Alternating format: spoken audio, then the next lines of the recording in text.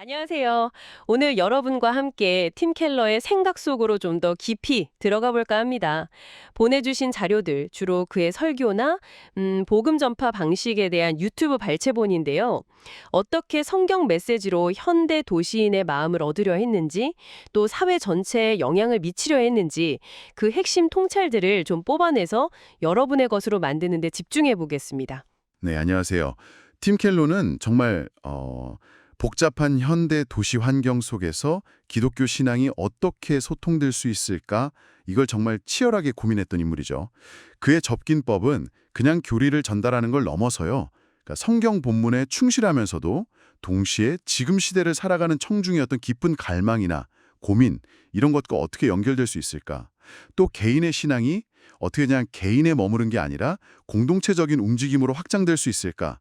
이런 걸 탐구했다는 점에서 참 흥미로운 지점들이 많습니다. 자, 그럼 먼저 그 설교 이야기부터 한번 풀어보죠. 켈러 설교의 핵심은 성경 어디를 보든 결국 그리스도를 발견하게 하는 거다. 이걸 강조하더라고요. 단순히 뭐 착하게 살아라 이런 교훈이 아니라 복음 그 자체가 매번 설교의 중심이 되어야 한다. 이런 거죠. 맞습니다. 켈러는 설교를 딱 두 개의 기둥 위에 세운다고 봤어요. 하나는 성경 본문 자체의 원래 의도를 충실하게 파헤치는 거고요. 다른 하나는 그걸 듣는 청중의 상황, 그리고 마음을 깊이 이해하는 것. 특히 그가 말하는 문화적 아픔 있잖아요. 그걸 건드리는 게 중요하다고 봤어요. 아, 문화적 아픔이요? 네. 예를 들면 도시인들이 한이 느끼는 어떤 소외감이라든지 아니면 정체성의 혼란, 뭐 끝없는 성공 경쟁에서 오는 피로감 같은 거요. 그런 시대의 깊은 고민들에 주목한 거죠. 아, 그렇군요. 설교 구조 자체도 굉장히 인상 깊었어요. 그게 그냥 정보 전달이 아니라 듣는 사람이 복음 안에서 자기 이야기를 발견하게 만드는, 뭐랄까, 열망하고 좌절하지만 결국 아, 네. 그 4단계 내러티브 구조 말씀하시는군요. 네. 1. 우린 뭘 해야 할까? 2. 근데 우린 못한다. 3. 하지만 이걸 하신 분, 그리스도가 있다. 4. 그래서 우린 변화될 수 있다. 이게 정말 마음을 움직이는 비결 중 하나가 아닐까 싶더라고요. 이게 왜 효과적이냐면요. 인간의 보편적인 경험을 건드리기 때문이에요. 이상과 현실 사이의 괴리, 실패해봤던 경험, 또 구원에 대한 갈망 같은 거예요. 그러니까 논리적인 설득을 넘어서 감정적으로, 실존적으로 공감을 확 이끌어내는 거죠. 그래서 설교를 듣고 나서 설교자나 나용이 남는 게 아니라 그리스도가 마음에 남도록 하는 것. 그리고 이 모든 걸 가능하게 하는 게 결국 성령의 역할이다. 이것도 강조하고요. 진리가 머리를 넘어서 가슴으로 내려와서 정말 삶을 바꾸게 하는 거. 그걸 지향한 거죠. 네. 이렇게 한 사람 한 사람의 마음을 움직이는 걸 넘어서 켈러는 훨씬 더 큰 그림을 그렸다고요. 바로 복음 생태계라는 개념인데요. 이게 그냥 개별 교회가 성장하는 걸 넘어서 도시 전체가 복음의 영향을 받는 어떤 유기적인 변화를 꿈꿨다. 이건 기존의 교회 성장 방식과는 좀 다른 접근 같아요. 그렇습니다. 복음 생태계라는 건요. 특정 교회나 단체의 성공이 목표가 아니에요. 도시 안에 있는 다양한 교회들, 기독교 기관들, 평신도 사역들, 심지어 기독교적 관점을 가진 어떤 생각들까지 전부 다 상호작용하면서 도시 전체에 선한 영향력을 미치는 거죠. 뭐랄까 하나의 네트워크나 그물망 같은 걸 상상하시면 될 것 같아요. 네트워크나 그물망이요? 네. 근데 이 생태계가 잘 작동하는 핵심 동력이 뭐냐? 바로 복음으로 인한 겸손이에요.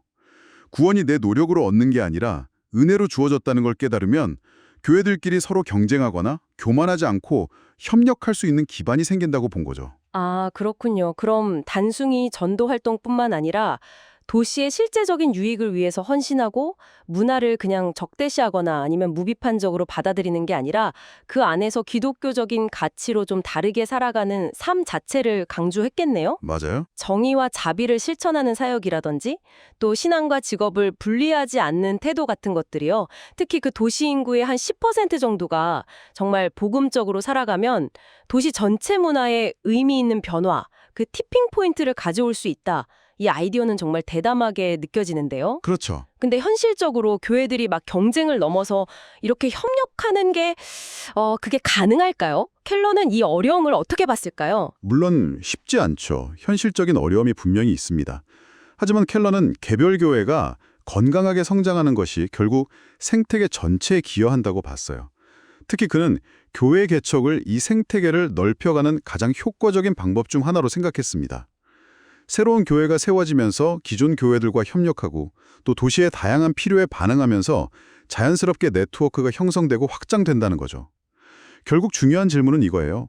우리의 신앙이 어떻게 개인의 만족을 넘어서 우리가 사는 이 도시와 사회 전체에 실질적인 변화를 가져올 수 있는가? 사회 전체에 미치는 영향이라 그건 결국 우리 각자의 삶, 특히 매일 많은 시간을 보내는 일터와 연결될 수밖에 없을 텐데요.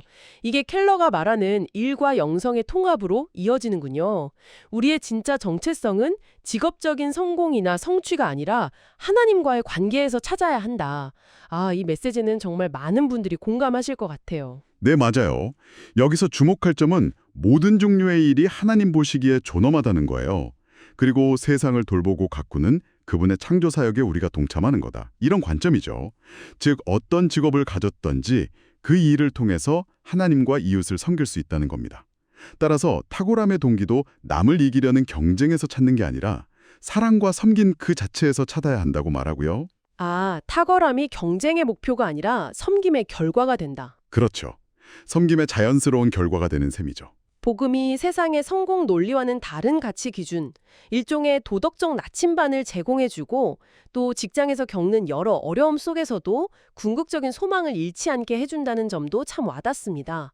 우리가 완벽한 모범이 되어야 한다는 부담 대신에 그저 방향을 가리키는 나침반 역할만 해도 된다는 비유, 이것도 참 인상적이네요. 네. 근데 이게 실제 업무 현장에서 윤리적인 딜레마 같은 구체적인 문제에 부딪혔을 때 그럴 땐 어떻게 도움이 될 수 있을까요? 복음은 단순히 이거 해라, 저거 하지 마라 이런 목록을 주는 게 아니거든요. 그보다는 결정을 내리는 근본적인 틀을 적용한다고 봐야 해요.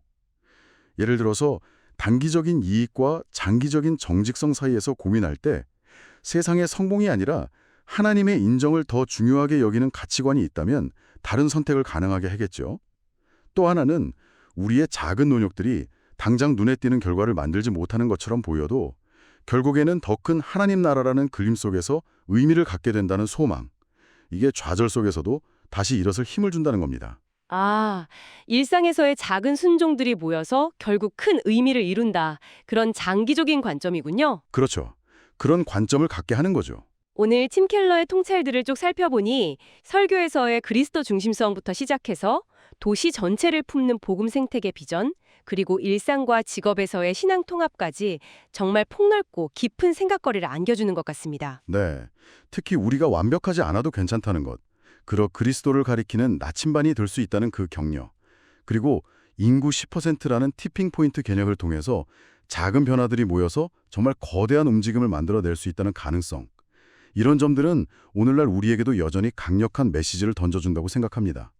어쩌면 지금 여러분이 서 계신 그 자리에서 또 여러분이 속한 공동체 안에서 이 나침반 역할을 감당하거나 티핑 포인트를 향한 아주 작은 한 걸음을 내딛는 것은 과연 무엇일지 한번 생각해 보시는 것도 의미 있지 않을까요?